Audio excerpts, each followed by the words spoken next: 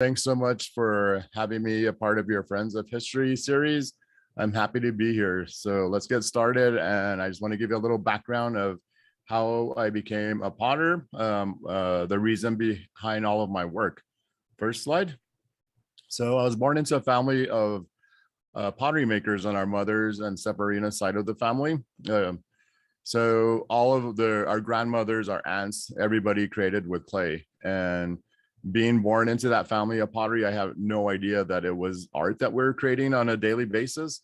Our mom would be making pottery on our kitchen table every morning, and she would invite all of my siblings and myself to touch the clay. She never forced it on us or anything, but she just wanted to say, like, always encourage this, like, touch the clay and see if you would take to it, or vice versa. So it was kind of cool that I remember being just a kid and getting my hands in the clay. Our parents always took us with them to gather all the natural materials that we do. So when we say traditional methods and materials, that means that we go and dig all of our own clay, all of our the temper that we mix with the clay, all of our paint is made from natural different resources that we gather from around the Pueblo. Our black paint is made from wild spinach paint.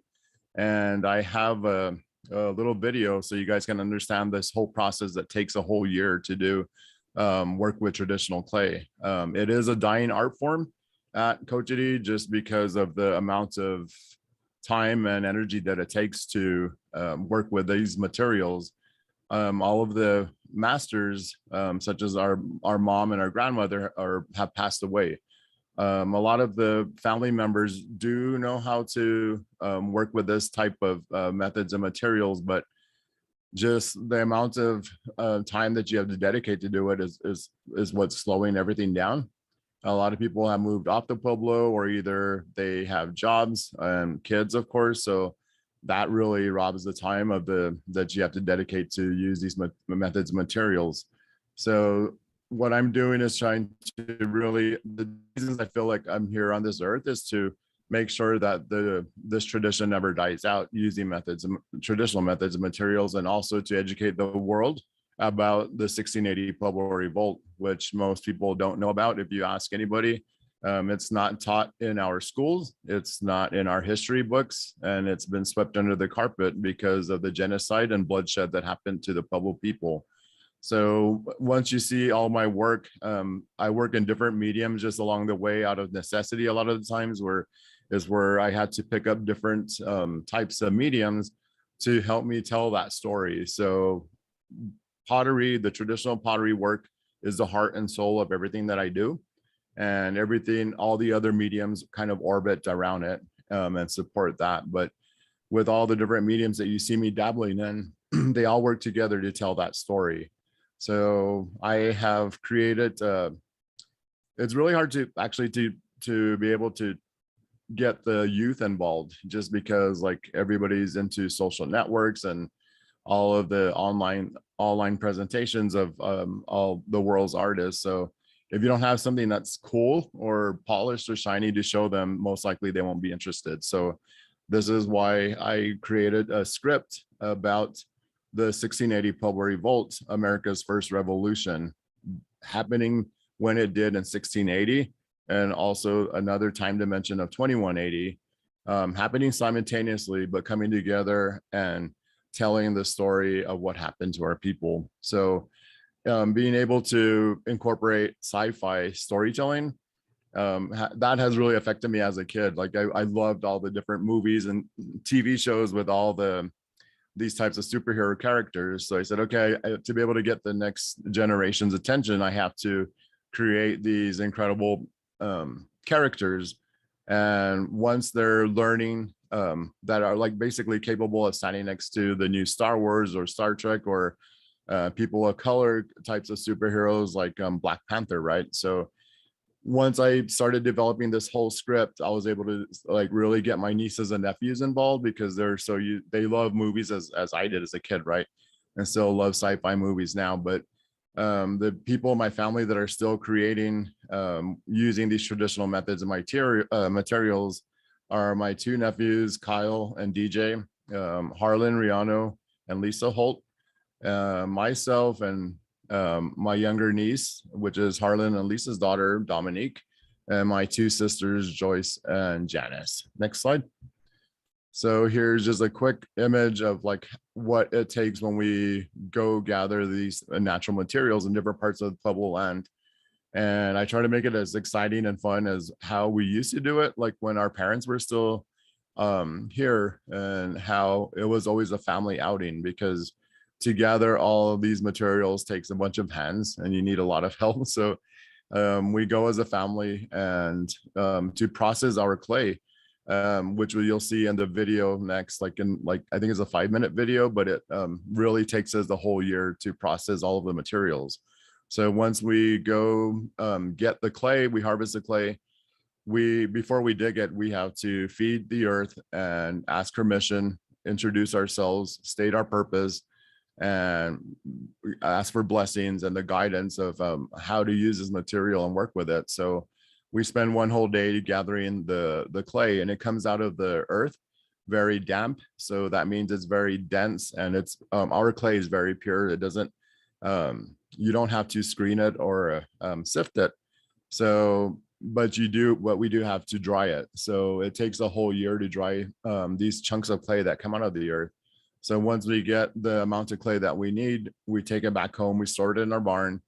And by the time a year passes, it has now dried to bone dry. So with the video, you'll see me cracking up the clay when it's bone dry into like 1/4-inch pieces, rehydrating it in a plastic bin.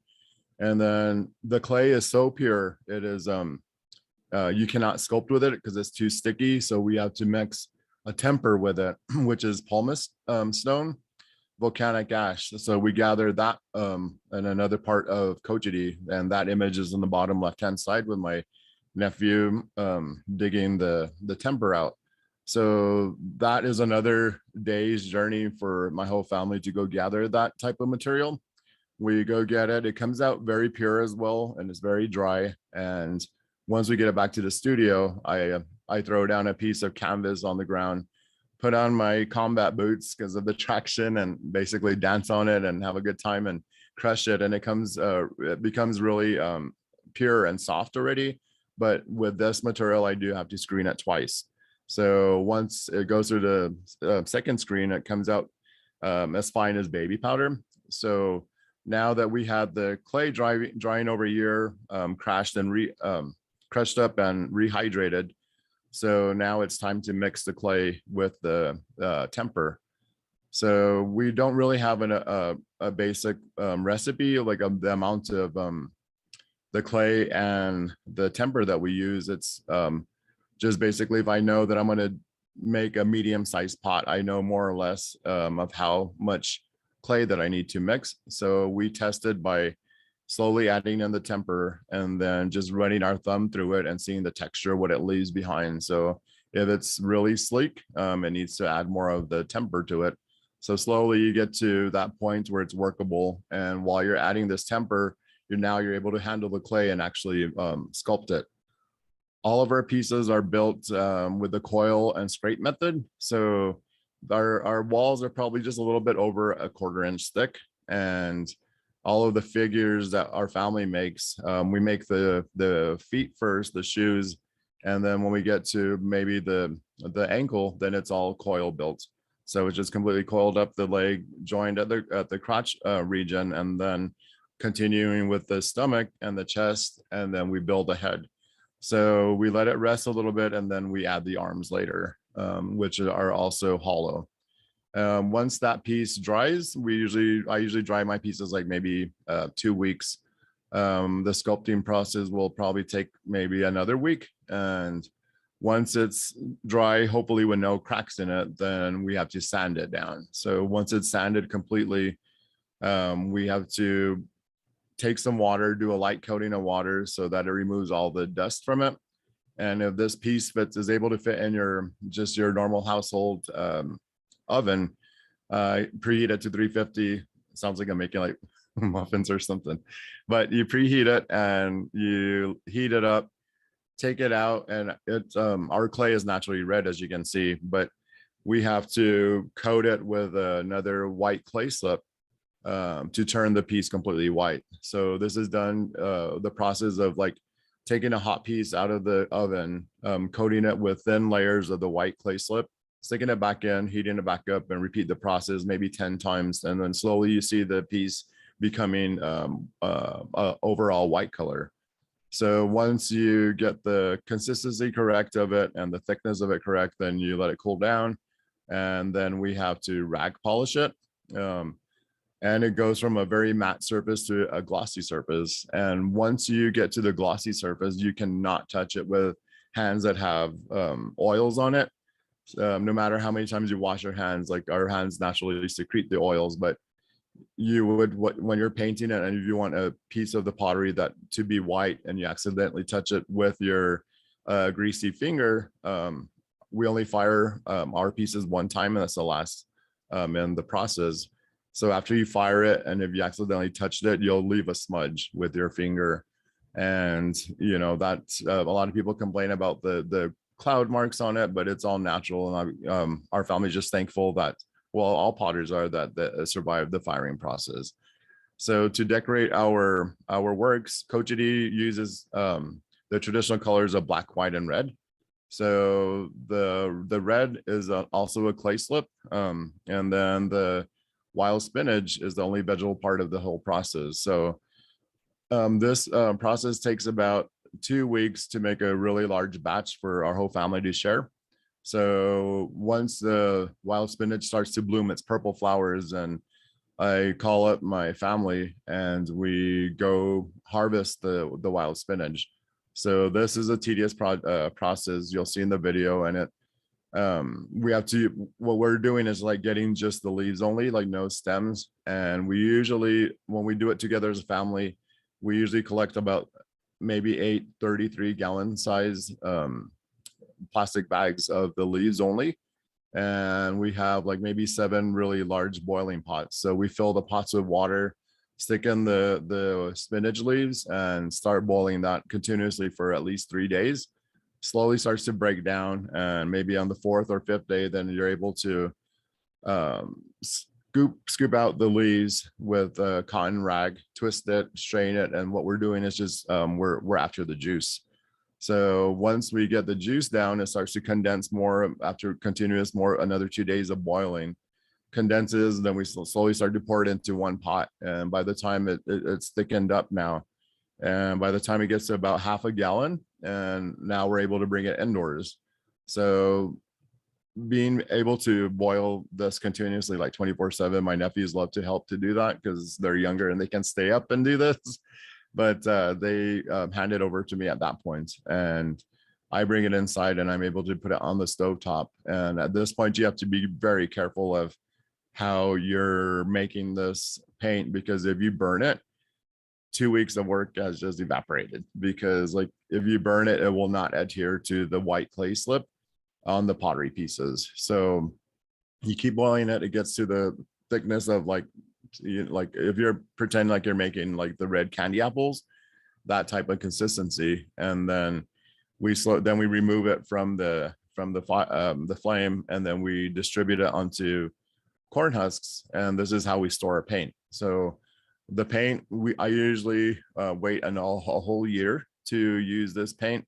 So like around the 6-month mark, it's still like flexible like taffy. And then around the year mark, it's has now hardened up to like say a Jolly Rancher consistency. So once we're going to start painting the piece, we just break little pieces off of the paint, crush it up, rehydrate it, and that's what we use to decorate the pottery. And it goes on, sometimes it comes out a little bit green or a brown color, and once you add the water, then you start painting it onto the polished piece. And you cannot repeat, or no matter if you're going to paint like a large area black, you cannot continuously put layers of the wild spinach on it, because it actually does a reverse effect. It'll start streaking it, or it'll start peeling it off. So you get one chance. You cannot erase any of the marks that you just painted on. So all of it is freehand. A lot of the graphics that I do I'll maybe do a little pinpoint of a pencil mark on it. So it's kind of like connecting the dots, but most of it is freehand. So once it's all completely decorated, then we pit fire, and it's above ground pit fire, and we have to make sure that the area is completely dry. So what we normally do is pre-burn the area that we're going to fire at and make sure there's no moisture around it. And we have a grate that sits about 8 inches off the ground, and we put a kiln shelf on top of that so that we fire only one piece at a time. So if we're firing our figurative pottery, they stand up, and if we're firing, say, pots, the pots are upside down. So once whichever piece you're firing, say a pot, upside down, and then we cover it with chicken wire that is maybe leaves 8 inches around the whole piece. And the chicken wire is then used to hold up the fuel that we use to fire it as a cow manure. So gathering the cow manure takes another whole year because those have to be completely blow dried. So collect the cow manure, bring it home, store it in the barn. When it's completely dry, then you can lay the cow patties around the chicken wire. So it looks like a beehive at that point. And then we use aspen or cedar wood to ignite it.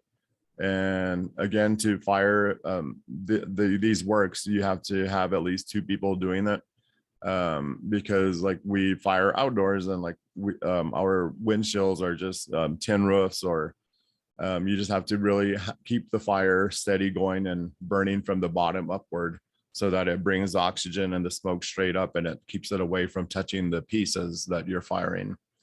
So once you about maybe 45 minutes, an hour into the firing of just using the fuel as the main, using the wood as the main fuel, slowly the cow manure starts to catch fire. And once you see the cow manure completely engulfed in flames, then we stop adding the wood to it. And so then the cow manure will burn, like, say, another hour and a half by itself, and it'll burn out itself, and it's still all intact, being held up by the chicken wire. So at that point, where all of us are praying that we don't hear any kind of popping or thuds or anything, because you can't see the piece, it's inside the amount of cow manure. So, but if you hear a popping sound, like, 2 months of work has gone down the tube because the piece has now exploded if it had like a slightest air bubble in one of the walls of the pieces. So, but I used to get really, really frustrated growing up as a kid, because a lot of my pieces would break because I didn't know what I was doing. But through the encouragement of our mom, she would just like say, okay, like, that's what happens, just pick it up and do it again and you'll figure it out. So just with that encouragement, always hearing her voice, even today, like, pieces still blow up on me, but just hearing her voices and all of our ancestors, people that have passed, the potters that were before us, I always feel that I channel their thoughts and their encouragement, and that's what helps me get through some of the worst times when pieces blow up. But when you remove the cow manure, take it off, and you find one of your pieces that are intact, fired nicely, then you get to celebrate, then you're happy. So after you get it out of after it's cooled down, you can touch it. So now the wild spinach has turned from brown to ashed over with ashes, and you have to rag polish it again. So once you remove the ashes, then you see it reveals its the black paint itself. And then we do a final coating. A part of the process is just like how we use lotion for our skin to bring out the color and the dryness, then we use animal fat or egg white to coat the surface of the pottery. So once you do that, it's kind of like adding a patina. It will naturally happen if you're holding a pot with your oils in your hand, that would do the patina to it. And it'll do the same thing, but just to make the process go a little quicker, than we use animal fat or the egg white. So now it's all polished, and we're just thankful. But here's this short video. You can play the next slide, and it'll take you through a whole year's process of what we do.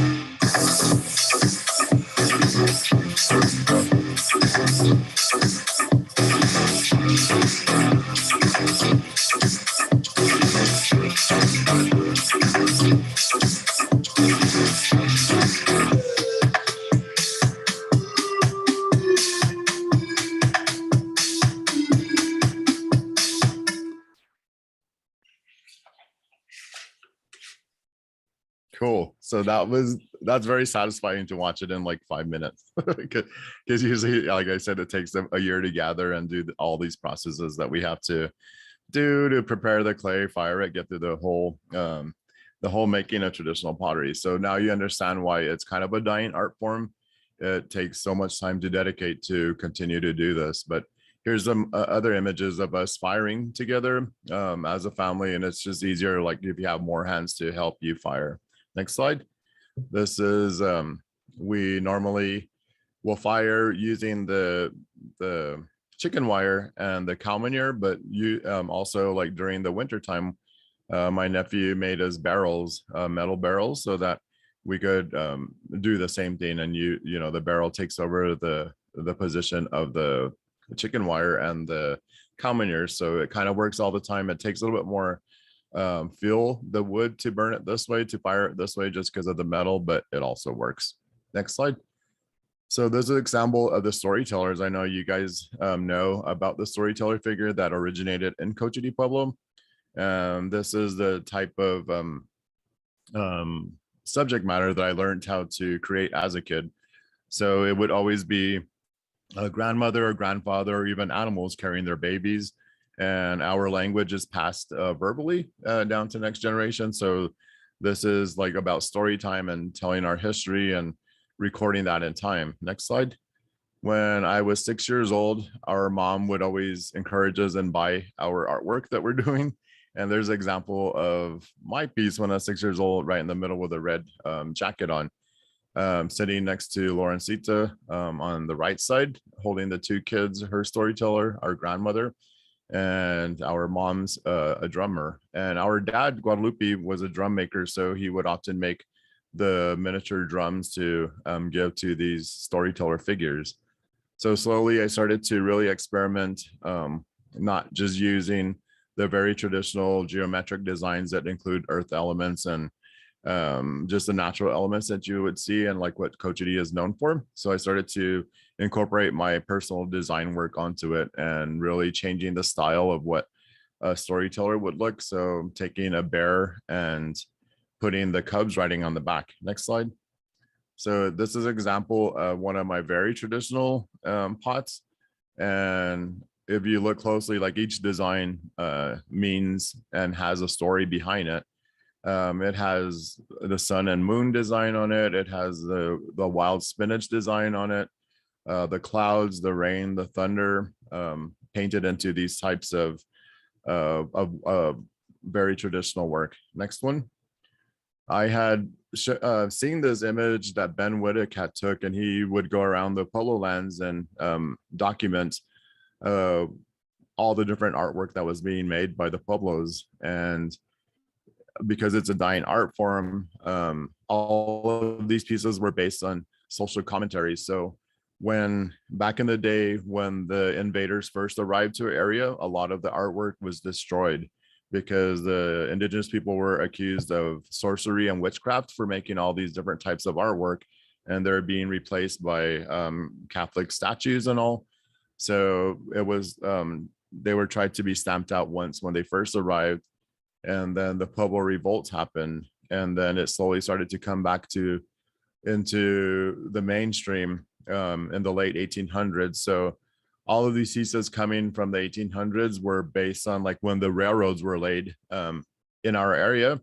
It brought more people, brought more tourists, brought more entertainment. So along the way, operas started coming into the area. More people were coming into the area.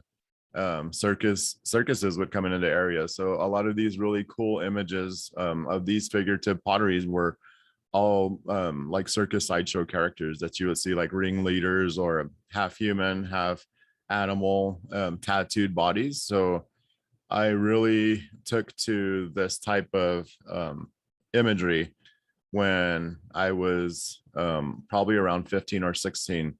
And this our family friend Robert Gallegos, he was a dealer out of Albuquerque, so he would come and make buying trips to the Pueblos, and he knew me since I was 6 years old, and he basically was buying pieces for his gallery.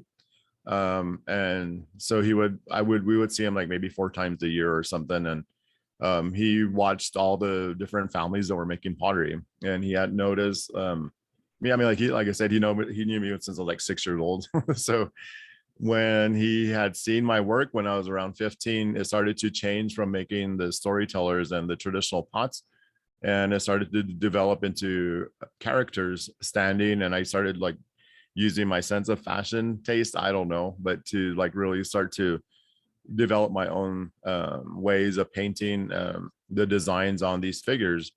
And he asked my parents, like, who's teaching this kid how to do these types of figurative works? And my parents just told him that I was experimenting, and I had their 100% support for experimenting. And he said, can you please bring him down to my showroom in Albuquerque? And at that point, we had never been to Bob Gallegos's showroom in Albuquerque. Got in the van, went down to Albuquerque, and when my parents and I went into his showroom, there was like a major turning point in my life, like a pivotal moment. Is like we walked in, and it turned out that Bob Gallegos had one of the largest collections of historic Cochiti figurative pottery, which are a lot of these Ben Whittick photos that he captured.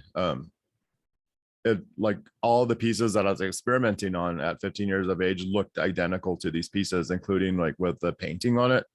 So all of our mouths dropped. We were all surprised and excited and kind of didn't know what was going on. So my parents pulled me out of the showroom and told me, like, we didn't teach you any of this type of work. The clay is talking to you and through you. So make sure you remember this day and just know that, this is working out, and maybe this is what you're supposed to do. So that was a very special moment in my life that I knew that went back in and continued to be with these pieces. And, you know, having this resource through Robert Gallegos, he said, you can come back anytime and study them and look how they're painted and how they're made. And at that point, I knew that was my life's purpose, was to revive these type of figures that were all based on social commentary and make sure that it never dies out. And I was only 15, so I kind of had my my whole life planned out by then, which is kind of cool. But it was very mind-blowing to see this and happen. And when we left, I said, okay, this, you know, now I have the resource of Bob's actual figures to study. I'm going to go back and really ask him what he knows about them. And so like that left the door wide open to me to create these traditional pieces that most people didn't know about, because at that time Cochiti was known for the storyteller figure, but before then they were all of these types of characters that were called monos. So no matter what subject you're talking about, and our people had used them to create a timeline to capture time in clay characters and tell the story of like when all the different types of people were coming into the area, and they made caricatures of them. And once the Victorian attitudes found out about that these were caricatures of them, then they put a stop to it. Then they told the Cochiti people not to make them anymore. So that type of work died out in the late 1800s. So me being like, I don't know if it's ancestral memory or what the hell was going on, but I was, you know, somehow made to revive these pieces. So now you're understanding a little bit more of like how all the different mediums work together to tell the story of the Pueblo Revolt, and then also to make sure that this type of work does not die out. So once I had seen this particular image, I had wanted to recreate the image, and then also knowing the size, like they were up to 3 feet tall, which was unheard of in Cochiti. Was crazy. And like our people in the 1800s, they were able to do this without the resources of electricity, running water, all that. So I was like, okay, it has to be possible again. So I started making larger figures, making with the intent to create this image. And I had asked my whole family members, I said, pick one of these images, one of these characters, and study it, and then let's go recreate them, and then recreate the whole image, photograph them together.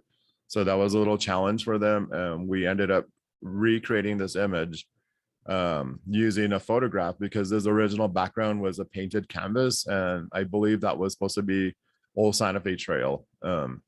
So when I had done some shows out in Prague, the Charles Bridge out in the Czech Republic, the background reminded me of this particular canvas painting. So I started snapping pictures with intention that I knew I was going to use that image of that bridge, and then create all the figures with my family, cut it out, photograph it, cut it on Photoshop, and replace the background with the photograph that I took of the Charles Bridge. So the next slide. This was the result. So we're able to not only recreate it, but just bring back the size of what they were made. And we had first showed this collection of 22 pieces at the Museum of Indian Arts and Culture, and as a group. And while it was displayed, I had got a phone call from Foundation Cartier out in Paris, and they asked me if these pieces were still available, and I wanted to keep them all together as a group. So they ended up buying the whole group, and now they reside at the Cartier Foundation in Paris. And that's really cool to go through that process with my whole family. So that's something we're very proud of. Next slide. So now that we're able to use the and understand the whole type of the social commentary. So I definitely use all exactly what our people were doing is to document a timeline. So this piece here, which is at the Mayak Museum, is called Rise Up. And in 2016, when the Dakota Access Pipeline was going on, I made this piece, and it was a part of my prediction pot series that was all predictions I felt was coming through. And like, I feel like all this stuff that I do is not my talent. I'm a conduit, and it's just lent to me to do, to use it while I'm here on this earth. So I wanted to really comment and use that power of the social commentary that our people did, who knows how long for, but the black snake represents the oil pipelines that were being built, the Dakota Access pipelines. The politicians riding that wave, collecting money and not knowing that the snakes were coming back to bite them in the back. The middle, this is all one pot, by the way. It's just different. It's just different angles of the and it tells a whole story on it. So the middle pot has the politician being devoured and eaten from the inside out of the snake, and all the fracking that goes on, and then again all the my prediction of the protests that would happen, which would turn into the women's movement. So I painted the raised fists of protesters and then removing the politician, and I gave that honor to a woman. So it's a woman's hand with fingernails removing that politician. Next slide. This one again is using social commentary. It's called cyberbully, and this was the cyberbullies sitting on the can tweeting at 5 a.m. So this is again just taking that whole social commentary about using it to get my point across, and it's about politicians again using social networks, which is the Twitter logo, his lower back, a cyberbully, which, you know, they were accusing of everybody doing that, where he was the one that was doing it in the first place. Next one. All the different travels that I do go around, you know, I speak for the LGBTQ community and like what they're going through. And right now, like back in the day, they were accepted like as far as performers and all different types of people like Grace Jones, Madonna, Pete Burns from Dead or Alive. All these different people were trans, and they were accepted and held in high regards. But now this community is fighting to even stay alive. So this title was called Hate as a Drag. Next one. And then going through my travels, growing up, I would go through all different types of clubs and seeing like the nightlife. So again, commenting on what was going on in the world. A lot of the go-go dancers all clad in leather and latex. So that's a representation of that. Next one. And then slowly I started to really incorporate the imagery, the types of design onto my fashion. So started working with leather and then incorporating the res spine design, which is on the handbag. And you can see it like how I started sculpting these different characters, really dressing them in fashion. So I kind of use them as a storyboard or a sketch. So if I wanted to make a corset, I would make it in clay first, and then that would be my sketch of how to make the garment. Next one. So I started playing around again, like trying to really incorporate my friends and family as models, doing body painting on them, and then showing the people of how I could really start developing characters using the clay, and then also photography and Photoshop, bringing them all together and making it more sense, and getting these sets of characters ready to be a part of a movie script that I'm working on. Next one. So now I was able to work with Smithsonian to design them a 96-piece jewelry collection. So you can see how all these signature design elements transfer over to different materials. So now my head is exploding. I'm like really taking advantage of all learning these types of mediums to work with, but it's all coming together to tell the story of Cochiti Pueblo pottery and the 1680 Pueblo Revolt. Next one. I was able to work with Donna Karen, and that was our collaboration on the skirt on the left-hand side. So this happened back in 2002, and she had found me during Indian market time, which is, you know, this is amazing to be a part of this whole centennial year. But she had came to Indian market and hired me to apply my graphic designs onto her silhouettes and her shapes. And this is an example of what came of it. So it was kind of awesome to release this whole 2003 spring line with her, because I was able to give lectures when the line came out, when we had our first fashion show in New York.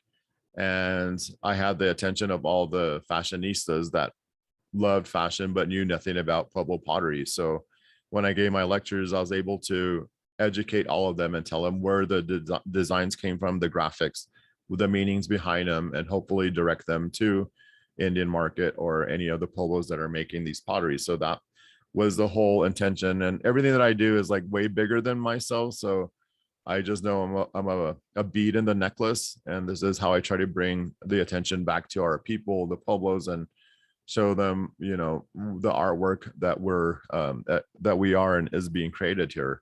So working with Donna Karen, I learned the whole process of going through manufacturing and coming out with my own fashion line. So on the right hand side, those are the results of me using like silk and leather and wool, everything combined it into household furniture, and just taking that aesthetic to the next level. Next one.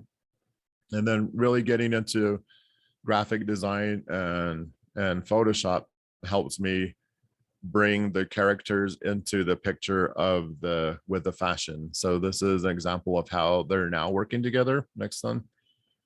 Using lithography, which I had the chance to work at Tamarind down in Albuquerque, and to learn this medium was an awesome experience through Gallery Hojo down that is in Hotel Chaco in Albuquerque. So these lithographs are available down there in Albuquerque. If you guys have a chance to stop by, they have a wonderful collection of many artists that are at this hotel. But you can now see like how all the different mediums that I try to learn no matter what, just because it always comes together and is an extra hand in telling the story. Next one. Example of what Donna Karen's publication put out. The first supermodel I worked with was Mila Jovovich, and I just about passed out when I met her. But it was kind of cool to be able to work with these supermodels and to really understand the whole backstory, the behind the scenes of what goes down to create a whole line with someone of the magnitude of Donna Karen. Next one. When the magazine started to come out, it was mind-blowing to see all the artwork, all the fashion, the garments in all the major fashion publications. And then we took it to the next step where we started doing home decor, so pillows, duvet covers. It was just an amazing experience, and just going through it one by one, like you learn that you'll eventually learn the steps. Like anything that you do, you'll get better at it. So anybody that is watching this, if they're younger and if they're, you know, still deciding on what kind of artwork they want to do, I say try it all, because it's going to eventually help you. Next one. So this is an example of hospitality design, and I work with Project Dynamics out of Las Vegas, Nevada, and they had challenged me to design all this hospitality design, like which would include like anything that you would see in a suite in Vegas, or it doesn't matter where, but just a high-end suite. So they said, we think your graphic design will really transfer to hospitality design. So I took on the challenge, and they said, okay, do duvet covers, do pillows, do mirrors, desks, wallpaper, the carpet, the headboards, whatever you would see in a suite. So the next image is a result of that. And that was one of the finest times I had to do to show the possibilities of what this type of graphic design could develop into. Next one is I had a chance to work at the Corning Museum of Glass in Corning, New York. And I had no idea of how to work with glass, but I did several visits of how to the Corning Museum and to work with their team of glass blowers. And glass is so alien to me, and that's like fit perfectly into the storyline that I was telling. So I developed these designs of really seeing, like, if you were to walk into one of these characters' homes in say 2180, the year, you would see some of this artwork. So then I said, okay, cool, I could really mesh the ceramics with it as well. So if like these decanters, if use it as a wine decanter, like I had to put stoppers on it. So then I made ceramic pieces of the characters to mesh with the glass pieces. And again, that gives me the opportunity to continue with the storytelling and the characters. Next one. These were amazing to work with their whole team of glass blowers, and it was up to like six glass blowers of that worked at the Corning Museum, and it was just amazing to be a part of that team.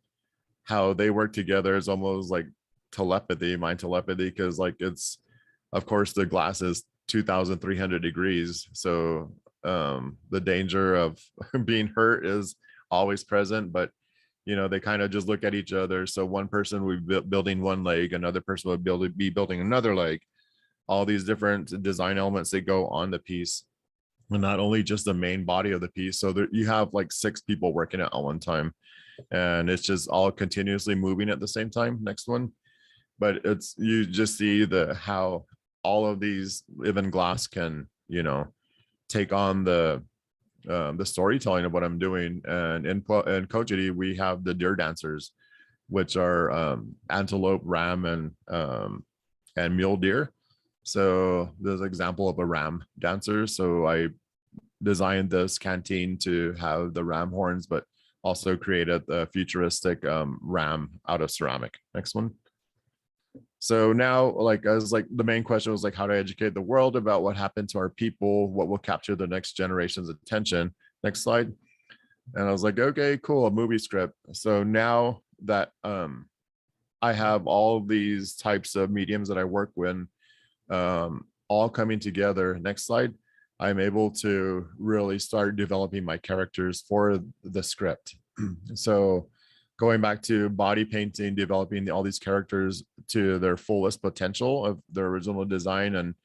And if we move into the next, when we move into the next step of going with a movie production, like I wanted to keep these characters to their final integrity design. So I try to develop them as fully as possible.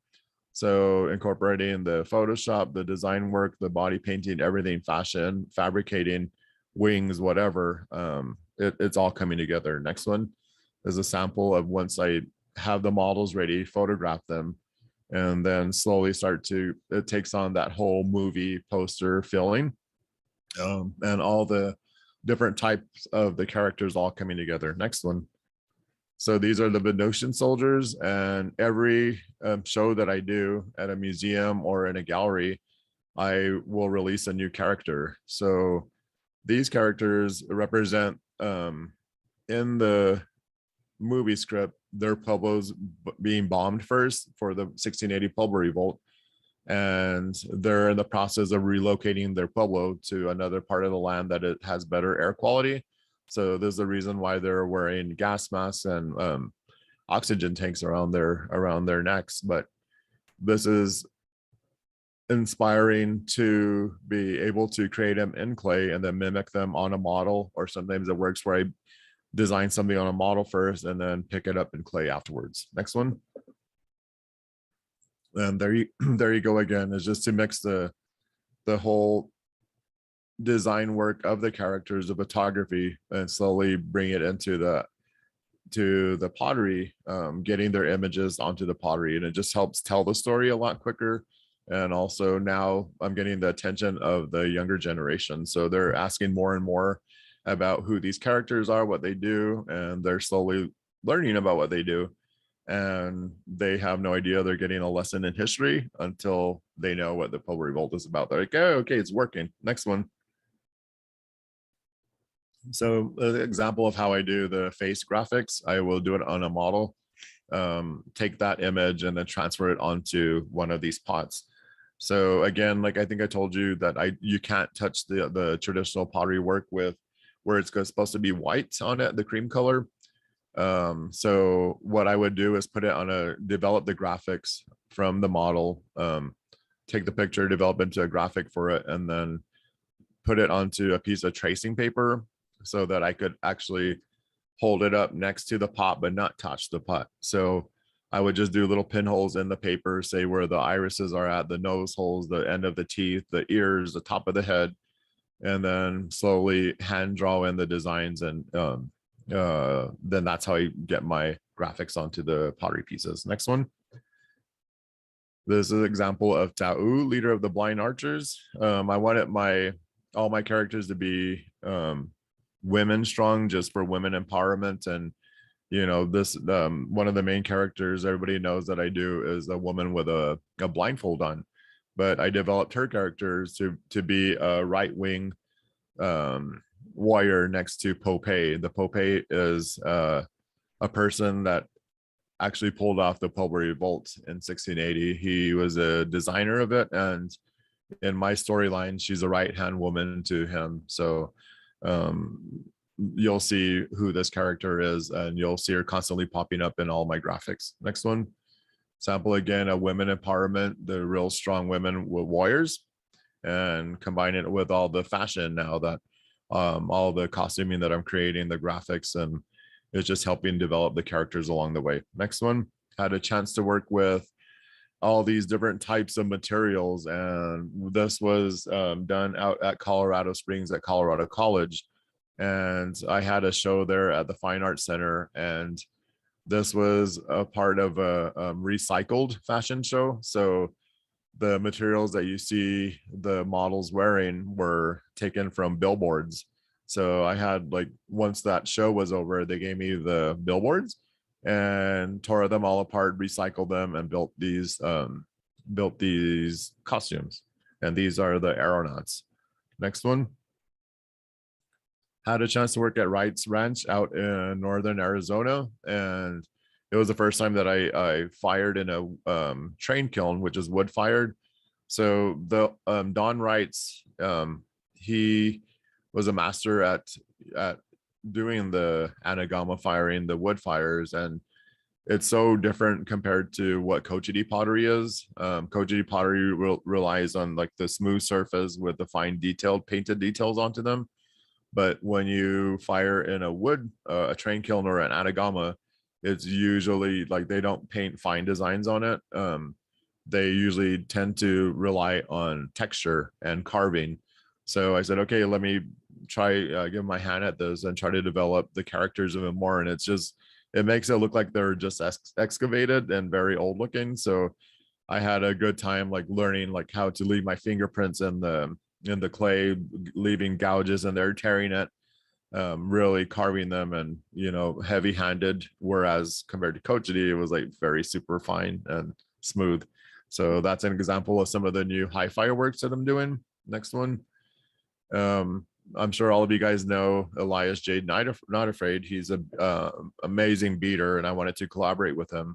I try to collaborate with as much artists as I can, just because it's fun to just bounce back and forth all of our ideas.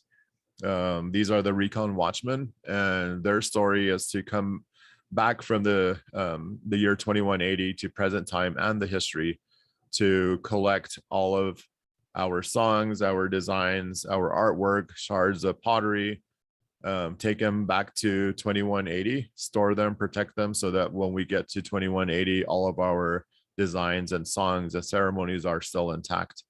And then going using another medium, which is an outdoor sculpture. This is still, I worked with another person who was a still works with a metal fabricator, and his name is Daniel Romano out of Colorado Springs. And this piece is sitting outside of the Inn of Loretto hotel. So if you guys have a chance to drop by there and check out these 9-foot tall sculptures, they're pretty cool. And the bust on there is resembled is Pope, the leader of the Pueblo Revolt. Next one.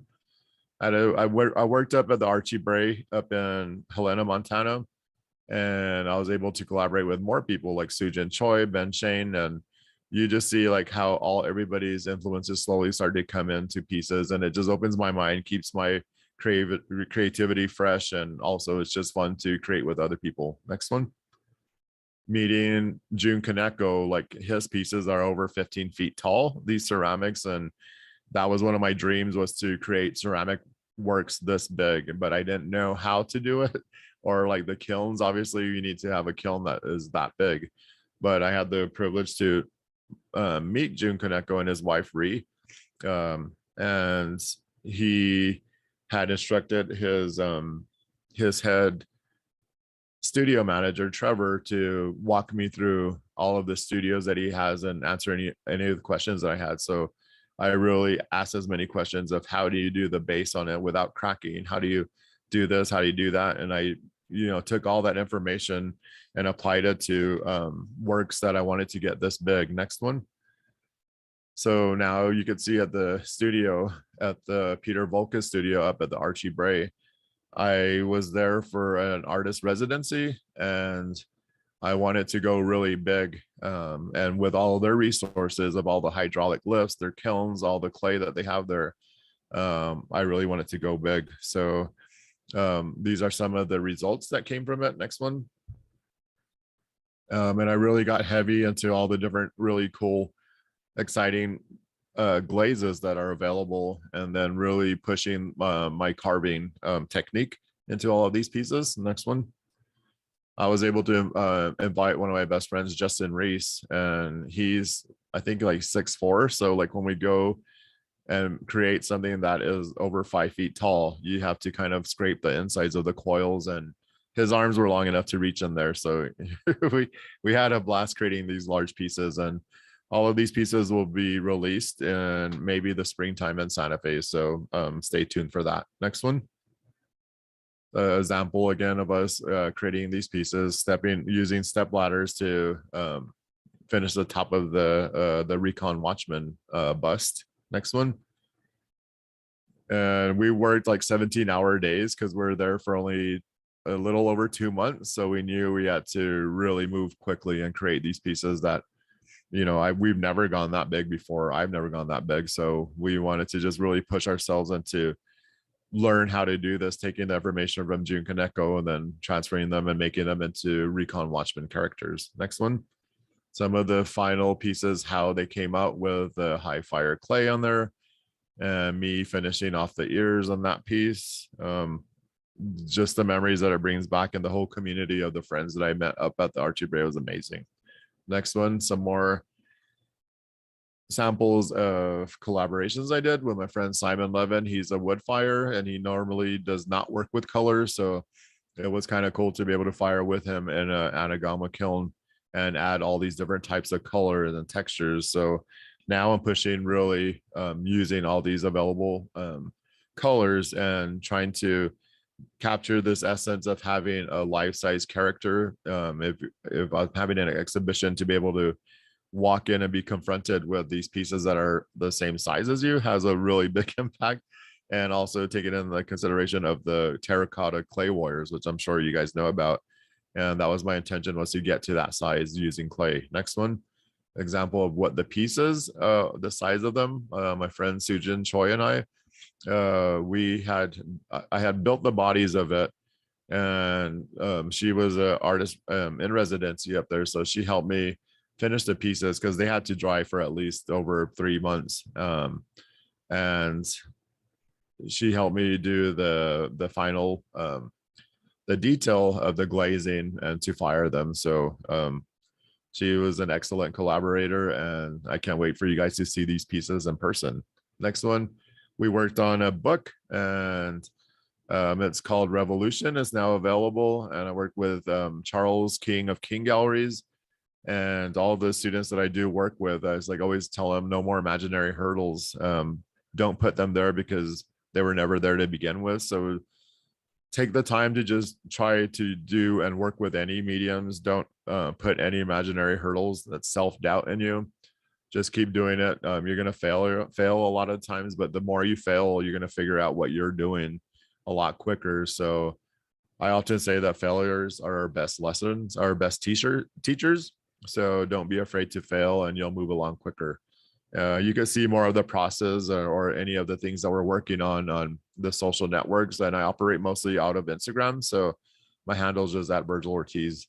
This next short video is of an example of the characters that you will see at the New Mexico History Museum, Museum of Contemporary Native Art, the museum, IA Museum, and the Mayak Museum, and then also at the new Vladim Contemporary that will be opening soon. So here's the last video of a really short snippet.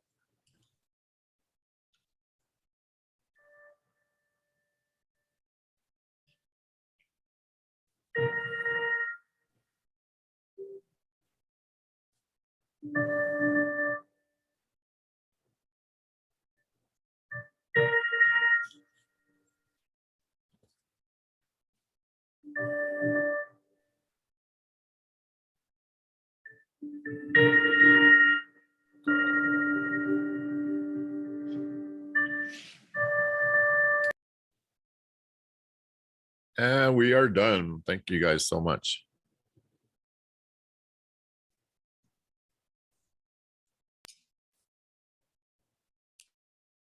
Wow, that was awesome. Thank you so much, Virgil. You're welcome. Yeah, I'm just impressed with the numbers of different mediums that you've been working in. And, you know, thank you for the female warrior characters and, you know, all that you've done. I did have one question. You created an installation for honoring tradition and innovation that will be at the New Mexico History Museum. And in that, you have several of your latest Pueblo Revolt characters. Can you describe their superpowers and the roles they play in the 2180 Revolt? Yeah, definitely. Thank you so much for letting me be a part of this. Like, it's so exciting because it's the 100th year anniversary of Indian Market. And I love how this exhibition is laid out.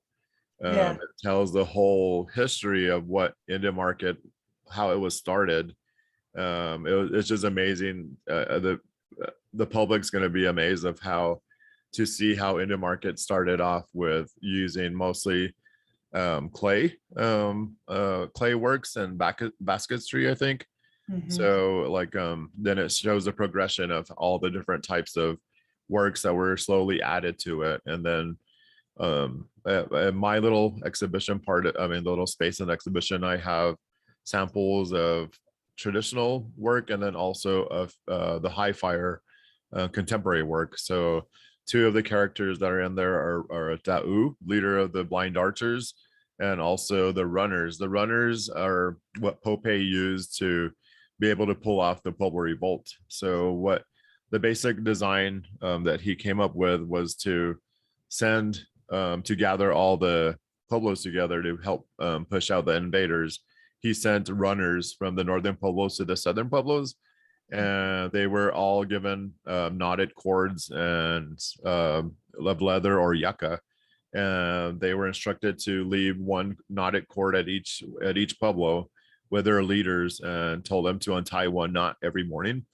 When the last knot was untied, that's how they all came together. Then all the Pueblos rose up and pushed out the invaders. So this is America's first revolution. Nobody talks about it again because of the bloodshed that happened to our people. But this is an interpretation of what you'll see at the installation. And these ones are high fireworks, and I incorporated LED lighting into them so that it brings it into the very, very superhero world of and storytelling. And I think the kids will have a blast, and of course adults as well. But just to see how I'm trying to push that whole tradition of pottery making, but taking it into a next level of really developing it into not only a film, all these characters, but utilizing all the resources such as LED lights. And then you'll see a sample of the Recon Watchmen, which is the piece that is sitting right here behind me in my background. So that's one of the largest pieces I've done. And I don't remember what the size of it, but it's pretty darn big. So when you see that, you'll be able to see the clay works that I've been doing. So using high fire glazes, you have access to so many different colors and textures, and that is so beyond what I grew up with, working with Cochiti traditional colors of white, red, and black. But using all different types of enamel or glazes, cold finishes, or either just regular glazes, whatever, you'll see this. And as well as a video installation that will be in also be playing, it's going to be an exciting exhibition to just walk through all the years of Indian Market and then where it's going. Yeah, thank you so much for being a part of it. And speaking of Indian Market, I know that you've had a lengthy career that spans several decades, and you've been involved with the market, at different times. So what is some of your memorable experiences with the market? And, how has it affected you or shaped your career? I think I mean, just memories, even like when I was 6 years old, right? I read that the reason why I can remember this was because when I was 6 years old, that's when the first Star Wars movie came out. And during Indian market time, it was playing over at the Vargas Center. So my cousins and I would walk from the Indian market to go down to the Vargas Center, and that was our chance to see movies. So when our parents were selling at the booths, the kids would walk down to the mall and watch these really cool movies. And who knew that this would be one of my main influences now, of how to create storytelling using sci-fi characters.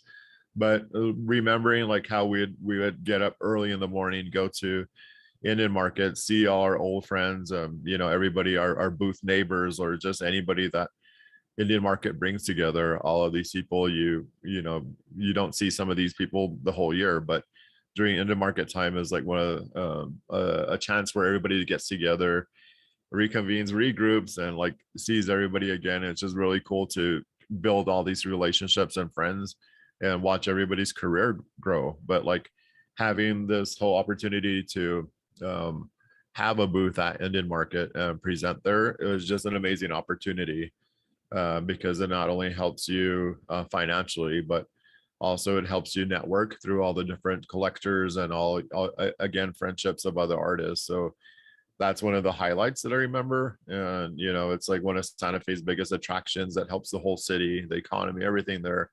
And it's just amazing. And like I know during the pandemic, it was hard not to go there, because like everybody, that's like a huge portion of Indigenous artists' income.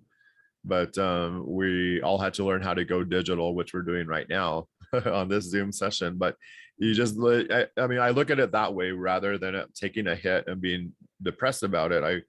I said, okay, these are the cards that I have. Well, how are we going to work with it? So, reaching out to all the old different members that don't work with digital or have websites or that type of presentation, I had made videos to show them like a DIY network of how to photograph your works, how to get them onto your websites, how to video it, how to do a background, just very simple, basic ideas to help everybody transfer into a digital world. But now that Indian market is being opened again, it's amazing. It's going to be amazing to see it in person, and I can't wait for it. Great. I know, I'm excited, and I'm really excited to include your work in this exhibition. And I appreciate your, providing us with this talk today. So thank you so much, Virgil. I appreciate the opportunity. Everybody have fun, stay safe, peace, light, strength, and health to everybody.